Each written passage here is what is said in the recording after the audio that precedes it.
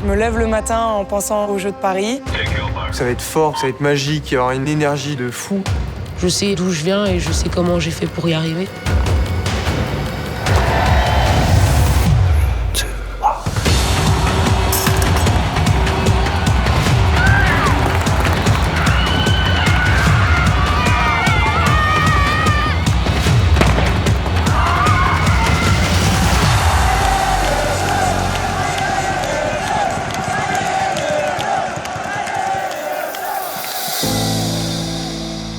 Les Jeux ont changé ma vie.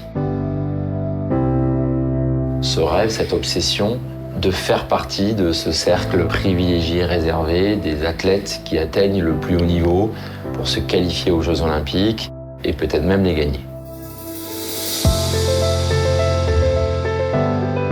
Comment est-ce que j'arrive à progresser? Comment est-ce que j'arrive à devenir le meilleur dans mon sport? Comment est-ce que j'arrive à être meilleur chaque jour? Nous avons souhaité soutenir près de 250 athlètes et para-athlètes dans leur préparation des Jeux olympiques et paralympiques. Ça va au-delà d'un sponsoring. Ça, tout le monde peut le faire. Ce que je décris là, c'est un engagement.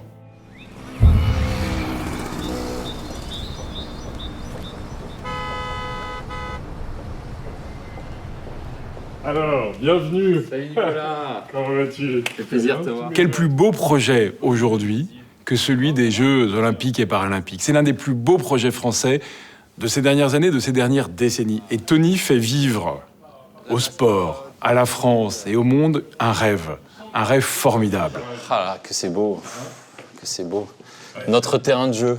Pour le groupe BPCE, pour toutes ces entreprises, il était évident pour nous, dont la mission est de rendre possible les rêves de nos clients, de s'associer au plus grand rêve français de ces dernières décennies. Le relais de la flamme, Ouais. ça mobilise toutes les équipes. C'est vrai que le relais de la flamme, je trouve que c'est, pour nous, c'est hyper stratégique parce que c'est le début des Jeux.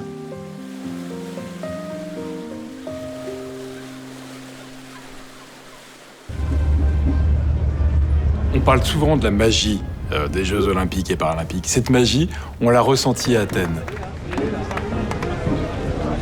Je l'ai ressentie au moment où Tony a accompagné la flamme sur le Belém Caisse d'Épargne. C'est le grand départ de cette magnifique traversée. C'est quelque part le grand départ aussi de notre aventure. Ça y est, c'est à notre tour. La flamme est dans les mains de la délégation française et c'est parti.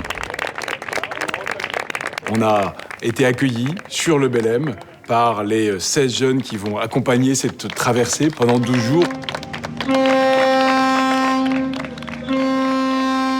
16 jeunes au parcours chacun incroyable, pas toujours facile, et qui sont retrouvés et réunis pour la magie des Jeux.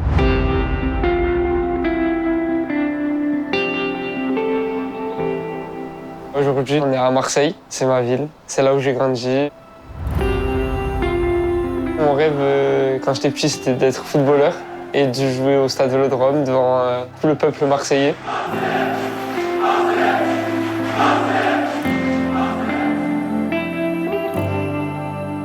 Moi, je suis au collectif I Have a Dream et dans ce collectif-là, on fait plusieurs projets, que ce soit d'humanitaire, des projets sociaux. On aide un maximum de personnes qui en ont besoin. Je demande si elle le signe maintenant ou après. Ça, normalement, c'est à la fin de ta période de stage. Bah, ça, je le remplirai à la Juste par fin. rapport à ça. Pour mes amis, je suis une fierté parce que c'est moi qui ai été sélectionné pour accompagner la flamme des Jeux Olympiques. Vas-y, ciao Sam. Ciao. Vas-y, ciao. Sam. Rentre bien. Ciao. Aujourd'hui, là, mon rêve, c'est juste de vivre plein d'aventures et de voir le monde.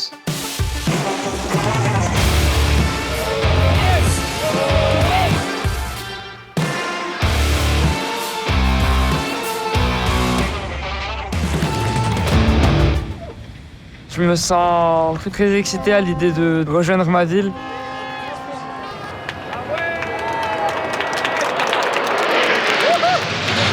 On l'a fait. Cette aventure, elle m'a apporté beaucoup de choses. Le respect, la rigueur et des personnes que j'oublierai jamais.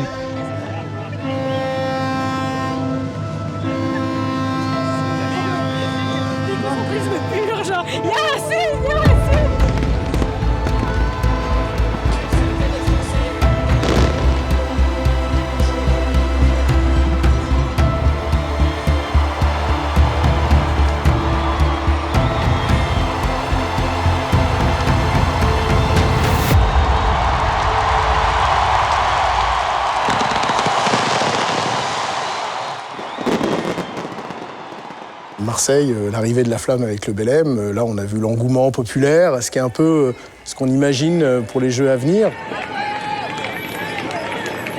Le compte à rebours est commencé, cet engouement, cette joie, ça fait plaisir à voir, c'est des moments qu'on recherche.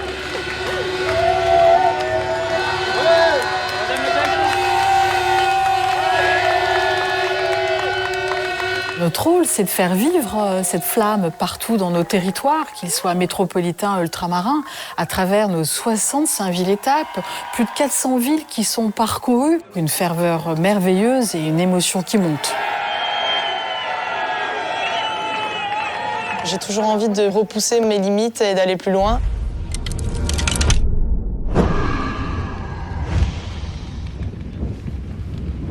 Mon rêve, ce serait de survoler ces jeux, quoi. Ce serait de montrer que je les ai voulus, que je me suis entraînée pour et qu'en plus, je les ai gagnés avec brio. On verra. Nénette, je peux te piquer ton poncho, s'il te plaît? J'ai fait mes premiers bords en planche à voile quand j'étais toute petite sur la plage de l'Almanar avec mon père. On a beau avoir fait tous les spots du monde, je suis toujours trop contente de revenir ici et c'est un spot qui est magique, qui est magnifique. Donc c'est ça mon attachement.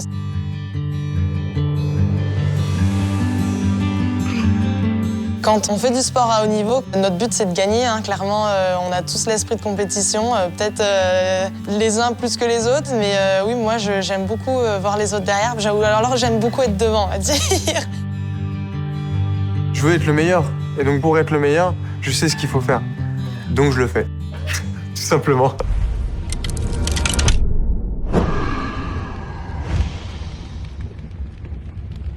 C'est quoi l'exercice? Tu sais, c'est deux reps maximum de vitesse sur chaque pourcentage. On commence à 7h, on se lève à 6h du coup. Il faut être motivé hein, pour venir à ce moment-là. Mais je sais pourquoi je suis là et ce que je fais tous les jours. Let's go. Une rep. Le rapport à la douleur et d'aller au bout de soi-même, je pense que c'est quelque chose qui s'acquiert et qui se travaille beaucoup. Allez, fort, fort, fort. Ok. 897. Le but, c'est de ne pas se blesser. Pas mal, pas mal. Et que ce corps-là progresse avec l'esprit, hein, parce que l'un va pas sans l'autre.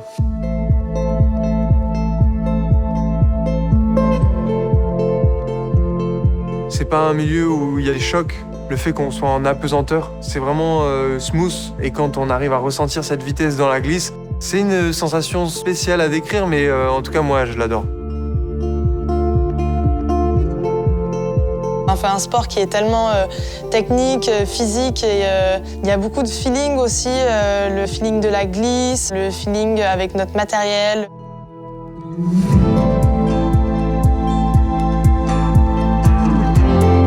La connexion avec les éléments, le vent, la mer, on évolue avec la nature, donc je pense que c'est des équations qui sont très complexes, je pense, à la fin, et qui fait que moi, mon résultat, il ressort un peu plus gros que celui des autres.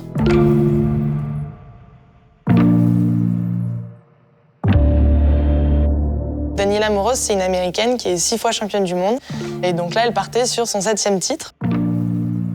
Je l'ai rencontrée il y a 4 ans quand moi j'ai commencé le kitefoil et je lui ai dit tu verras, dans 3 ans ce sera moi la championne du monde.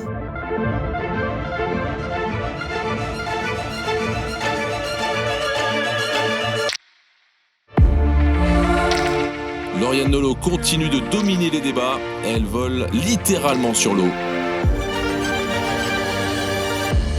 À 24 ans, elle s'affirme comme la grande patronne de la discipline. Et c'est fait! Lauriane Nolot est la nouvelle championne du monde de kitefoil. Wow. Ça m'a pas pris 3 ans, ça m'a pris 4 ans. Mais c'est moi qui l'ai détrônée et c'est marrant parce que c'est une histoire qu'on se raconte encore en se disant tu vois, je te l'avais dit que j'allais devenir championne du monde. Le moment tant attendu, la finale du 100 mètres papillon. Depuis tout petit, j'ai voulu faire ça. Et donc en fait, j'ai toujours poursuivi ce rêve. Quand il y a du monde et qu'il y a un peu de bruit, je me sens comme dans une arène, tu vois, à l'époque des gladiateurs. Il y a ce truc un peu sauvage.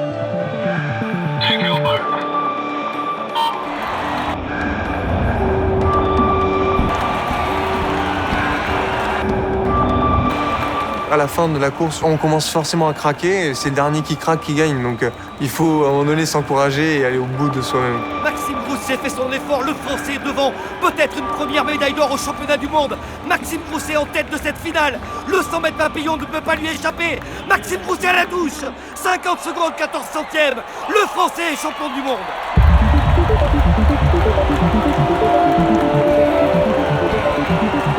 Je sais que je fais partie des meilleurs sur le 100 mètres papillon, que je suis le meilleur à ce moment-là et que il va falloir être encore meilleur pour gagner au jeu.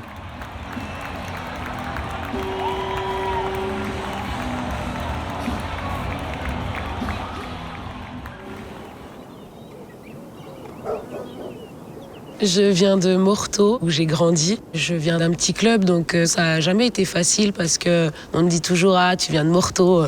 C'est toujours un peu dénigrant, alors qu'en fait, je vois pas ce que ça change.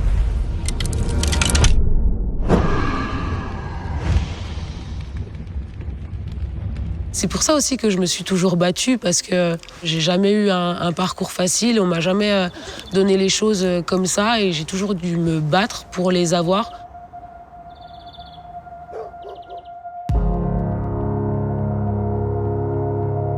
Je suis dans le meilleur club de France, je suis en équipe de France, j'ai gagné beaucoup de titres et je travaille encore au quotidien parce que même à 28 ans, je sens que j'apprends encore tous les jours et ça, c'est un kiff. Et en fait, j'ai pas du tout envie de m'arrêter là.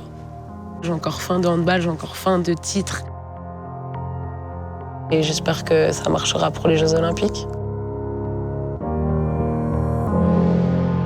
Ça m'est déjà arrivé de ressentir cette émotion de gagner les Jeux Olympiques à Paris.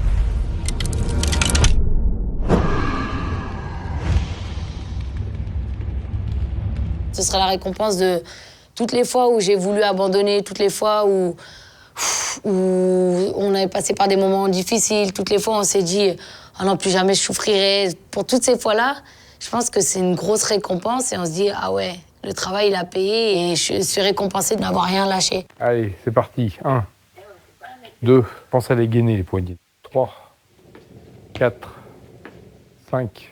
Dépasser ses limites, savoir sortir de sa zone de confort. Au bout de certaines années, on se dit, c'est de plus en plus difficile de vouloir souffrir, entre guillemets. Justement, il faut montrer qu'on n'est pas des machines. On est des êtres humains.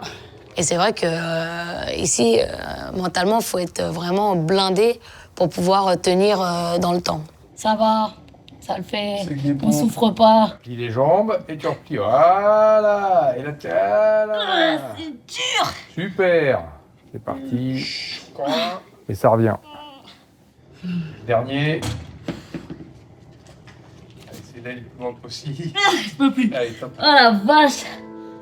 Très jeune, j'ai eu un rythme de vie différent des gens de mon âge. Mais on va dire que c'est de la bonne souffrance. Je m'estime toujours chanceuse du chemin que j'ai pris parce que j'ai appris à me dépasser. Ça m'a forgé un caractère très très fort qui m'ont aidé aussi dans ma vie personnelle à surmonter certaines épreuves. Aujourd'hui, si je suis la personne que je suis, c'est parce que je suis passée par ces étapes-là.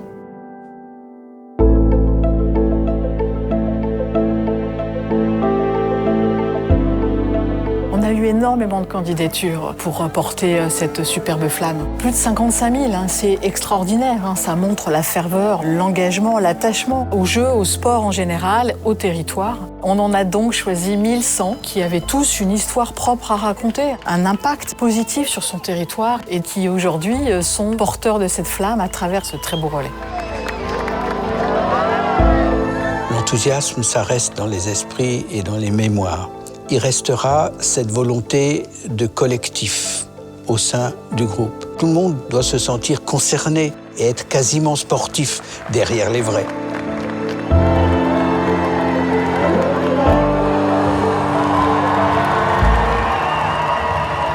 Je me lève le matin en pensant aux Jeux de Paris et je me couche le soir en me disant « Ok, aujourd'hui j'ai bien travaillé, j'ai aucun regret, à demain pour de nouvelles aventures ».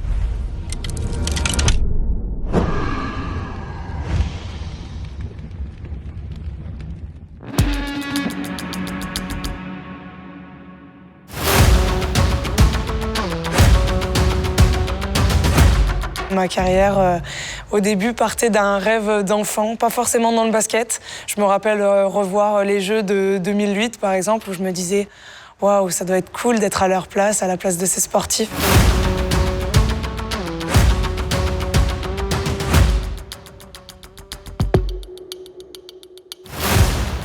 Il y a le plaisir aussi et surtout d'être un sport collectif.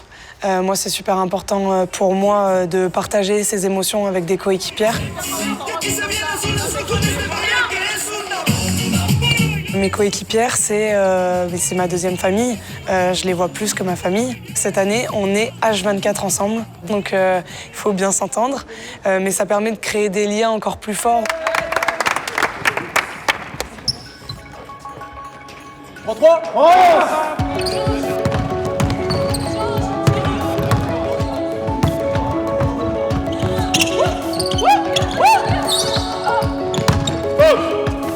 La notion de plaisir, je la vois aussi au travers des émotions que je peux vivre avec mes coéquipières et mon staff.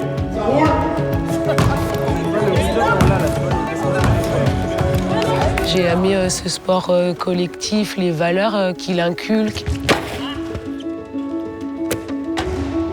On est toutes différentes, on amène toutes un peu notre particularité et on arrive à avoir une homogénéité de malade. Il n'y a pas de jugement, il n'y a que de la bienveillance. On est toutes là pour s'écouter, pour avancer. On veut toutes aller vers le même objectif, ce qui fait que tout le monde a aussi son importance, tout simplement. Le fait de partager toutes ces émotions dans la victoire comme dans la défaite, c'est voilà, des liens qui seront gravés à jamais et qu'on n'oubliera jamais, quoi. L'entrée en finale sur le terrain, je me souviens des émotions que j'ai ressenties, je me souviens des petits papillons que j'ai dans le ventre.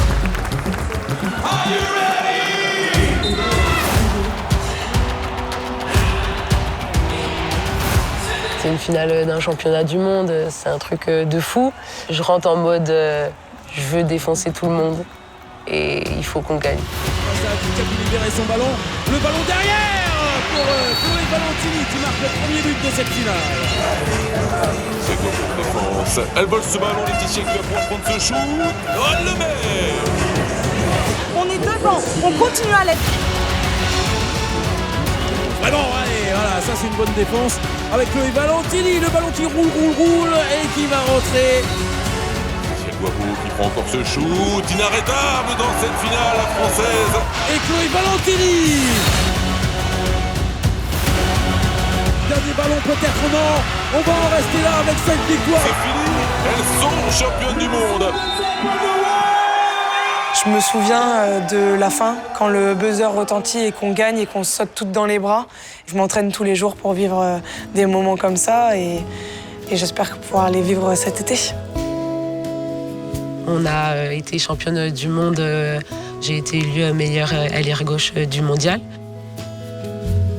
Je suis satisfaite de mon mondial, mais avant tout de l'avoir gagné avec ces filles-là, parce que mine de rien, j'aime pas dire ce mot, mais c'est quand même des sacrifices. Et quand t'as la plus belle des médailles, ben en fait, tu sais pourquoi tu fais tout ça.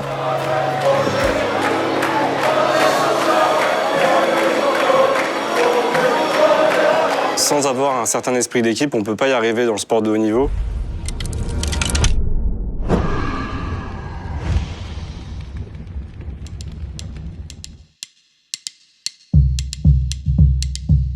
J'ai commencé l'escrime pour rejoindre mon meilleur pote qui en faisait à l'époque. Avoir une épée dans la main et d'essayer de mettre des touches à son adversaire, c'était quelque chose qui était super marrant en fait. Regarde messieurs, êtes-vous prêts? L'escrime c'est un super jeu. Allez.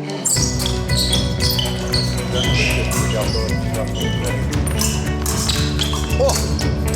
Alors ça c'est pas mal ça. Hein. Moi je m'éclate avec mes potes et mes plus beaux titres, je les ai eus par équipe. De pas lâcher pour aider son copain qui est derrière, qui va prendre le relais ou même de gagner ensemble. Moi si j'ai pas le groupe, je peux pas être performant et ça je le sais. Bien fait, même partie. Bon bah bravo. Merci beaucoup. J'ai appris que c'est un sport individuel qui se pratique par équipe.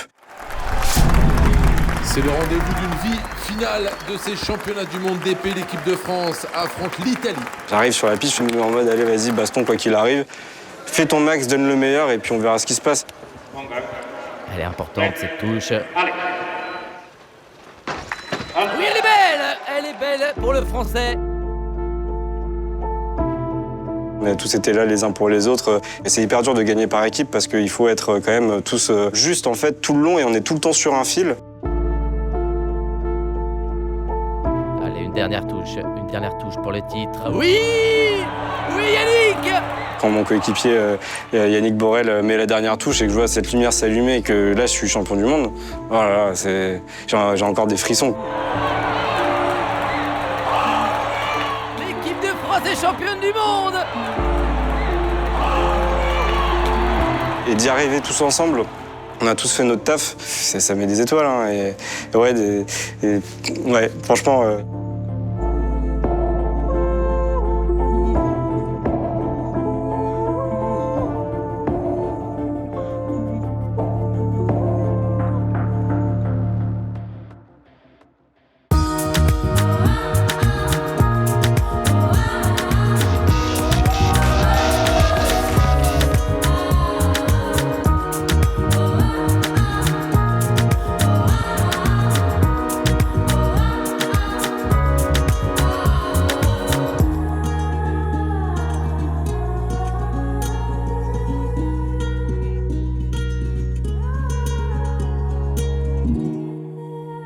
On m'a offert l'immense chance de porter la flamme olympique lors des Jeux de Paris.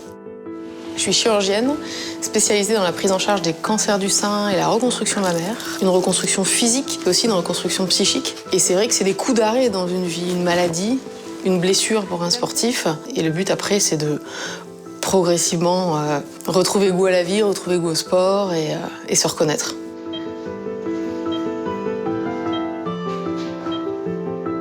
Mes patientes, je les embarque, je les emmène dans des défis sportifs et ça a transformé la vie de ces femmes parce qu'elles ont réalisé qu'elles étaient capables, alors qu'avant, elles ne se sentaient pas forcément à la hauteur de ces événements. Ça va améliorer la tolérance des traitements, ça améliore le moral des femmes. On sait que ça a un impact aussi sur la survie des femmes. Donc voilà, le sport a vraiment sa place à tout point de vue. Tac, on relâche. J'ai toujours fait du sport depuis vraiment mon plus jeune âge. C'est viscéral pour moi, en fait, ce besoin de faire du sport de façon régulière. Je suis même en période d'arrêt de sport sur une blessure sportive et c'est très difficile pour moi. Tu crois que ça va aller? Pour porter la flamme? Ben, bien sûr, ça va aller. C'est vraiment un rêve d'enfant qui va se réaliser.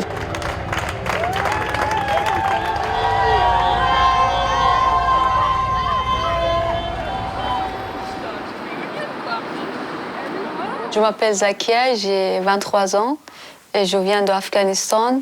Je veux participer aux Paralympiques de Paris.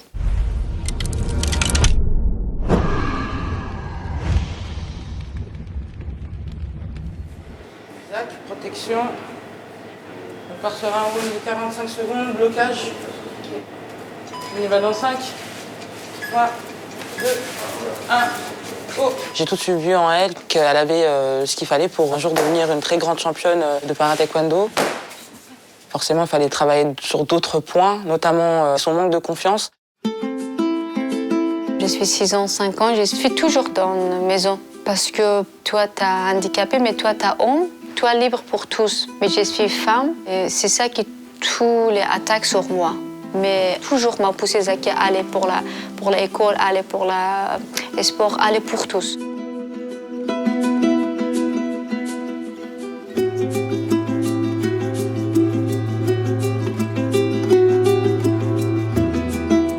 Dans 15 août, c'est le jour noir pour tous les Afghans. C'est la date de mon shoot de mon pays.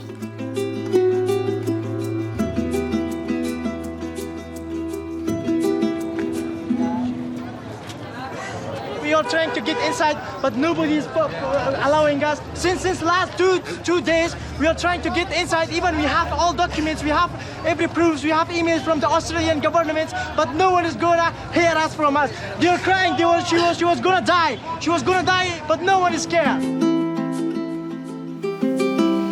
Mais aujourd'hui, et malheureusement pour tout le monde, c'est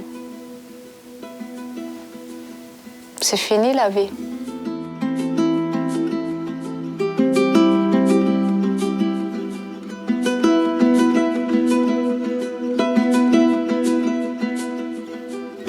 Elle a ce truc en elle qui fait qu'elle a envie de se battre pour ce qu'elle a laissé derrière. Je suis aujourd'hui ici, c'est pas vraiment pour ma vie. Je suis ici pour la million de femmes dans mon pays.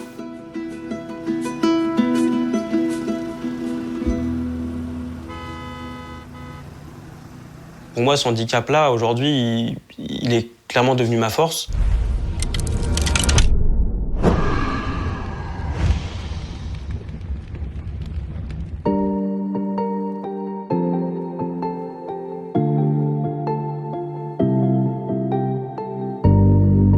Je suis issu d'une grossesse gémellaire, donc avec un frère jumeau qui s'appelle Rémi. On est né grand prématuré, 5 mois et demi, 800 grammes, donc avec des complications très importantes pour moi à la naissance. J'ai dû être opéré successivement 5 fois et le manque d'oxygène lié à ces opérations ont causé chez moi une tétraparésie, donc une paralysie cérébrale qui me paralyse au niveau des 4 membres. Forcément, je pense que mon handicap m'a forgé un caractère du fait d'avoir déjà à se battre en permanence au niveau scolaire pour avoir une place dans un milieu ordinaire. Et puis maintenant, en fait, je dirais que ça fait entièrement partie de moi. Je dirais que j'ai une tétraparésie comme toi, tu portes des lunettes, par exemple. C'est-à-dire que ça ne me définit pas en tant que personne.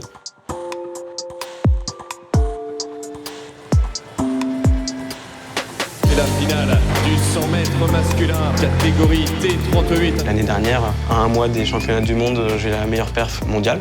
Donc j'arrive forcément aux mondiaux avec un statut de favori. Au couloir numéro 1, finaliste des derniers Jeux paralympiques, vice-champion d'Europe en titre, représentant la France, Dimitri Josvicki.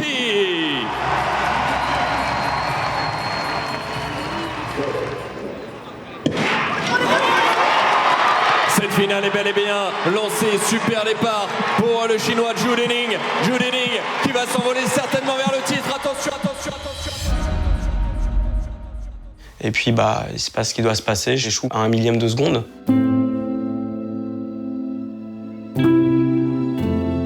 C'est là qu'on voit qu'on n'est pas que des machines à courir, quoi. On a une tête, un corps, un esprit, et que si tout n'est pas aligné le jour J, tu fais 11-19, ça te permet d'être en finale, mais ça te permet pas de gagner, quoi. Donc ça a été une grosse remise en question. Un gros travail mental sur le fait aussi que j'avais le droit d'échouer. Je suis comme tout le monde, en fait.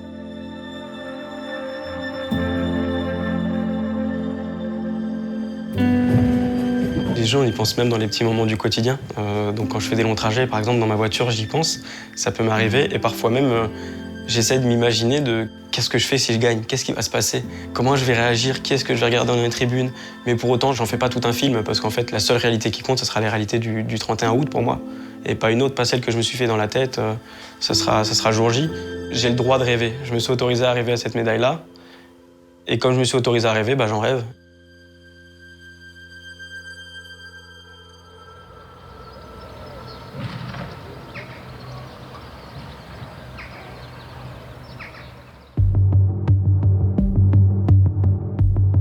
J'ai arrivé en Sofia pour la compétition de qualifiés paralympiques Paris 2024.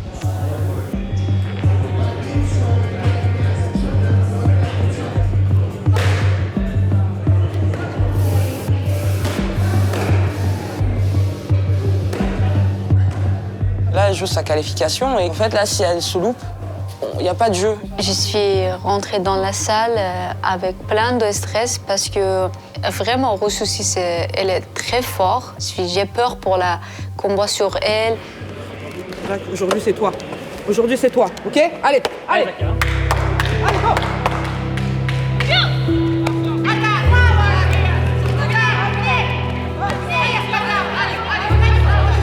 J'ai commencé nulle. C'est pas vraiment Zakia dans ce tapis, c'est pas moi. Je la sens pas relâchée, je sens qu'elle se met des freins. Elle est ancrée au sol, elle est pas en déplacement, pas en mouvement. Il commence à y avoir quand même un gros creux au niveau des points. J'ai dit ok, je suis perdue, fini. Habite de bon timing, elle a pris le time-out. Chose que je t'ai dit de ne pas faire, tu l'as fait. Je veux de la patience, c'est elle qui doit t'attaquer. Maintenant, je veux que tu sois un peu... C'est toi qui y vas, Maïné. J'y vais, toujours avec des fausses actions là-bas. Tu vas péter, tu vas péter. Par contre, dès que tu poses, boum, il faut que ce soit explosif. Là, c'est mou, Zach. Là, c'est pour lui. Il faut que tu ailles. Il faut qu'à un moment, tu y ailles, là, Zach. Là, t'es en train de jouer ta qualification, Zach. Là, ça se voit pas. Il faut que tu te réveilles. Il faut que tu te réveilles. Tu la veux ou pas? Tu la veux ou pas? On y va. De la patience. De la patience. Oubliez la garde gauche. Allez, dépêche-toi. Allez, go. Allez, Zakia. Oubliez la garde gauche. Allez. Et là, en fait, je sens que ces phrases-là, ça lui met une sorte de petite gifle qui la réveille enfin. Allez, Zakia. Allez, c'est pour toi. Allez.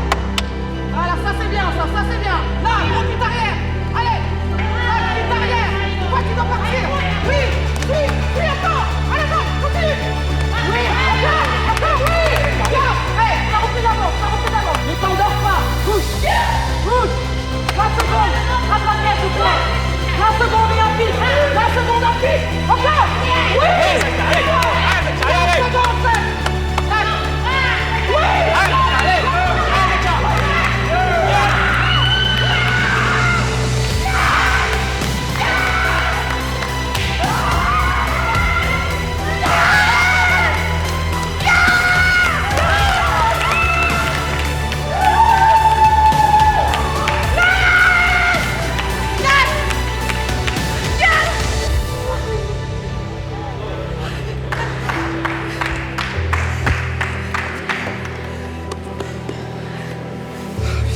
Oh, merci à lui.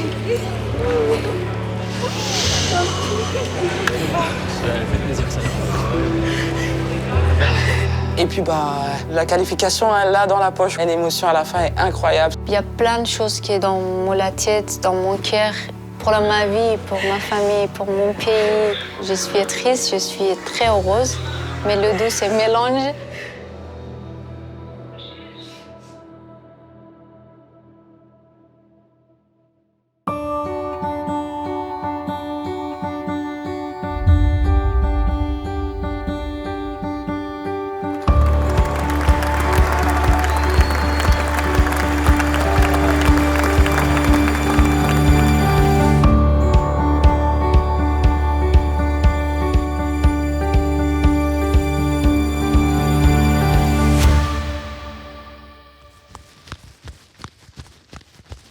Pour moi, être porteur de la flamme, c'est un beau cadeau qui m'est tombé du ciel. Je suis énormément impliqué dans la vie associative, sportive et non sportive. Et c'était une reconnaissance de mon implication dans le sport notamment. J'étais joueur de foot, comme beaucoup ont fait. Et à un moment donné, je me suis posé la question, le rôle d'entraîneur, d'éducateur. J'ai passé, validé mes diplômes. J'ai senti que la fibre était là, était bien présente. Donc j'ai voulu continuer et je suis passé de l'autre côté de la barrière. Bonjour les enfants. Là, on va faire un petit jeu d'adresse. Virginie, je crois que vous êtes bien échauffée. Donc vous êtes prêts à commencer? Oui. Voilà. Vous n'avez pas froid? Voir évoluer nos jeunes pousses et les faire évoluer, c'est une belle satisfaction au-delà des résultats. Essayez un peu plus fort. Chapeau. C'est bien. C'est transmettre ma passion, donner l'envie, susciter l'intérêt. Il y en a qui arrivent bien du premier coup, Pas forcément pour une carrière de footballeur professionnel, mais également qu'on leur donne envie de les faire évoluer dans un beau milieu, avec certaines valeurs. Les valeurs, c'est associatif, le respect, notamment. La plus belle chose, les sourires des enfants, c'est vraiment un leitmotiv aussi pour moi.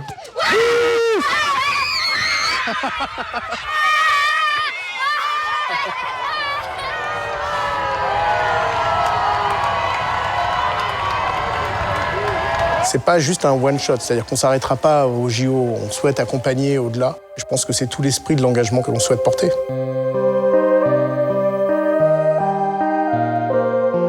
Plus de 5000 infrastructures ont déjà été rénovées à l'occasion des Jeux Olympiques et Paralympiques. Nous-mêmes avons bâti sur tous les territoires plus de 100 terrains de basket. Autre exemple, le village olympique. Plusieurs entreprises du groupe BPCE ont apporté 1 milliard d'euros en financement et en garantie. Nous permettons la réalisation de ce village olympique qui ensuite se transformera en habitation, en commerce de proximité.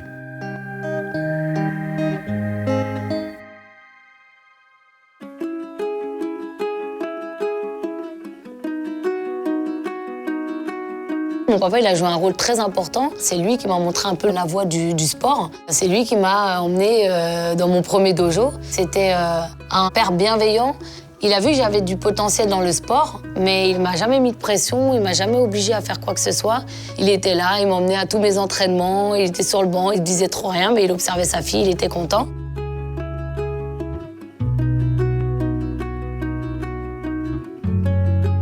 c'est vrai que quand on est petit, on s'en rend pas compte, mais avec le temps, on valorise ces choses-là. On se dit oui, aujourd'hui, si j'en suis là, c'est parce que lui aussi, il a fait des sacrifices.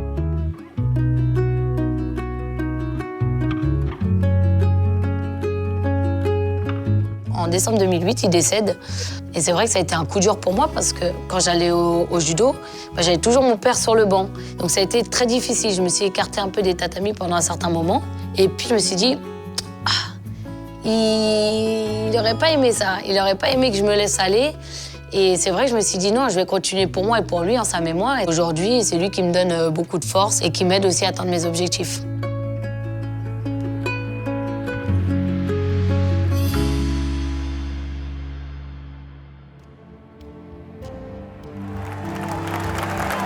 Allez, c'est un immense défi qui attend Amandine Bouchard. Elle affronte la championne olympique des moins de 48 kilos. Le matin de cette compétition, je me suis dit, aujourd'hui, personne ne me battra. J'ai mis tout en œuvre pour pouvoir gagner et ça va le faire. Si là-haut, on est une machine de guerre, pour moi, on est capable de détrôner tout le monde. Allez, c'est de déstabiliser la numéro 1 mondiale avec ce mouvement. Il n'est pas passé loin. Allez, Amandine. Oh, quel combat! Elle a réussi à s'en sortir. J'avais tellement cette confiance que ma finale a été super vite. Allez, l'Osei Komi pour terminer. Et j'ai remporté ce titre européen. Elle l'a fait, Amandine! Championne d'Europe devant le public français. J'ai toujours un petit regard vers le haut parce que mon papa, j'ai toujours l'impression qu'il n'est pas très loin. Tout ce que j'ai réussi aujourd'hui, c'est grâce à mon travail, mais c'est aussi beaucoup grâce à lui.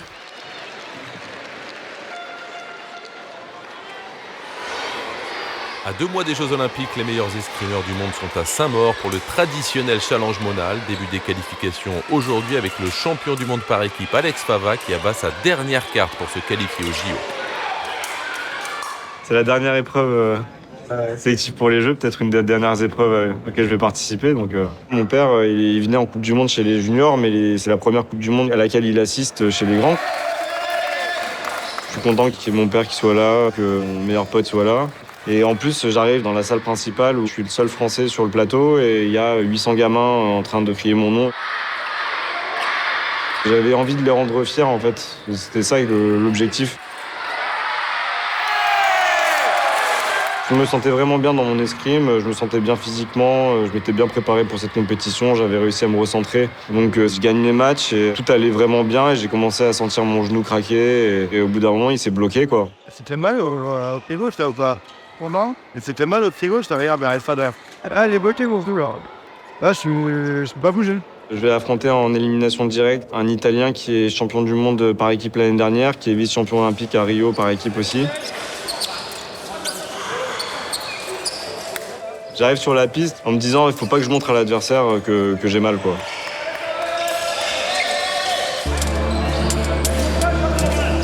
Et puis tu finis sur une table d'opération, ça va pas être cool. Et en même temps, je me dis c'est la dernière sélective pour les Jeux, c'est la dernière Coupe du Monde de ma carrière.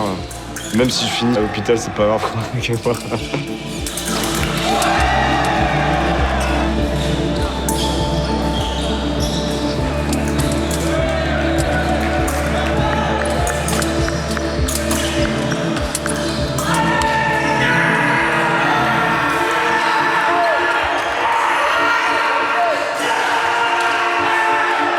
Il y a cette tristesse qui arrive d'un coup parce que tu penses à ta carrière, elle est terminée aussi. J'irai pas rechercher une nouvelle Olympiade, j'ai 35 ans, j'ai déjà été champion du monde, médaillé européen, c'est terminé, tout simplement.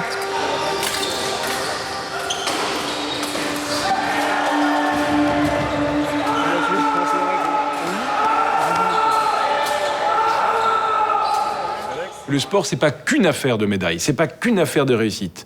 Ce sont des projets avec souvent des succès, parfois des échecs.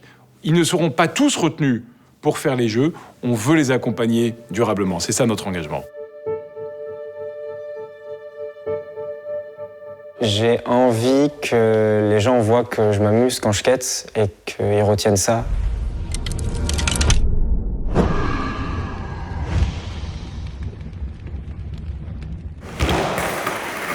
Moi, ce qui me plaît, c'est de trouver un endroit, imaginer ce que tu peux faire dessus et réussir à le faire. J'adore ça.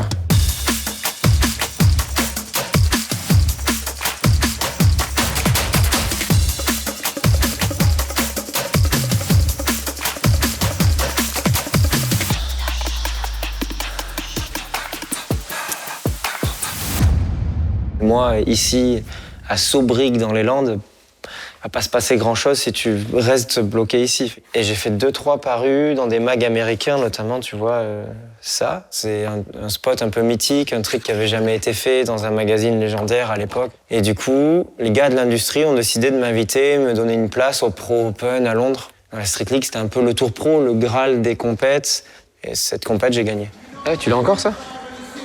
Ouais, c'est ouf. Et ça, c'est le trick qui a fait que j'ai gagné, quoi.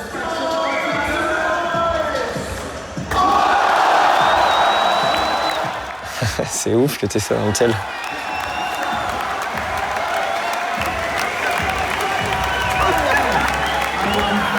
Mais sur le moment, tu penses pas, c'est ma carrière qui joue.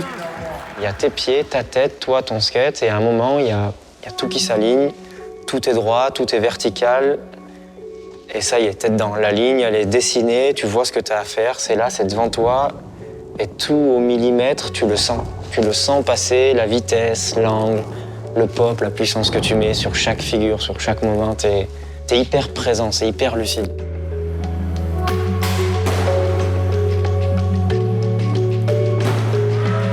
Les JO, c'est faire partie de quelque chose qui est immense. Et en tant qu'être humain, je suis hyper heureux, hyper honoré d'y aller et de tout donner pour gagner.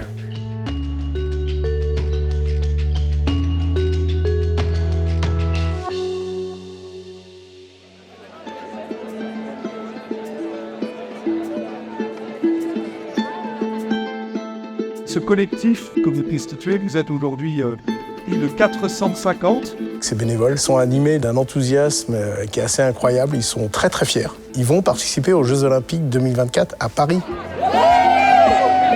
C'est un souvenir qu'ils garderont pour toujours et que d'autres qui n'auront pas cette chance se diront dans des générations futures, ils ont bien eu de la chance en 2024. C'est une chance formidable parce que c'est une aventure humaine portée par le groupe depuis des années, mais c'est une chance qu'il faut saisir pour aller jusqu'au bout de cet engagement. Il faut porter cet engagement. Je pense qu'il y aura un avant et un après Jeux Olympiques Paris 2024.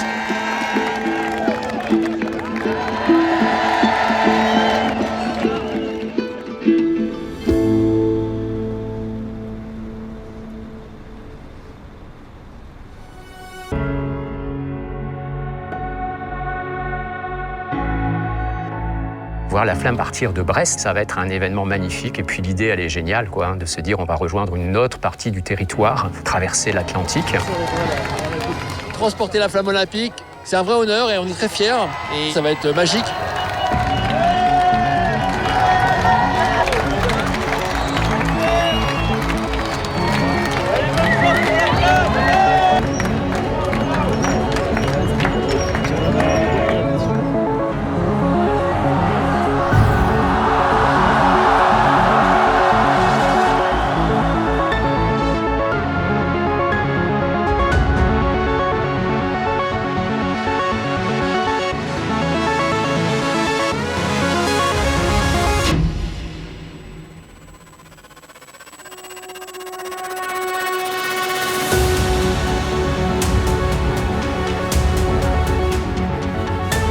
C'est les Jeux Olympiques. Qu'on soit français ou d'une autre nation, c'est un rêve de toute une vie.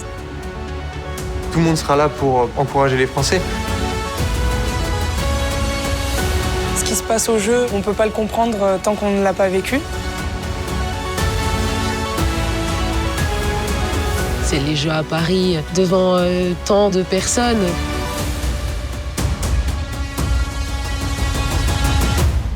C'est un truc de fou.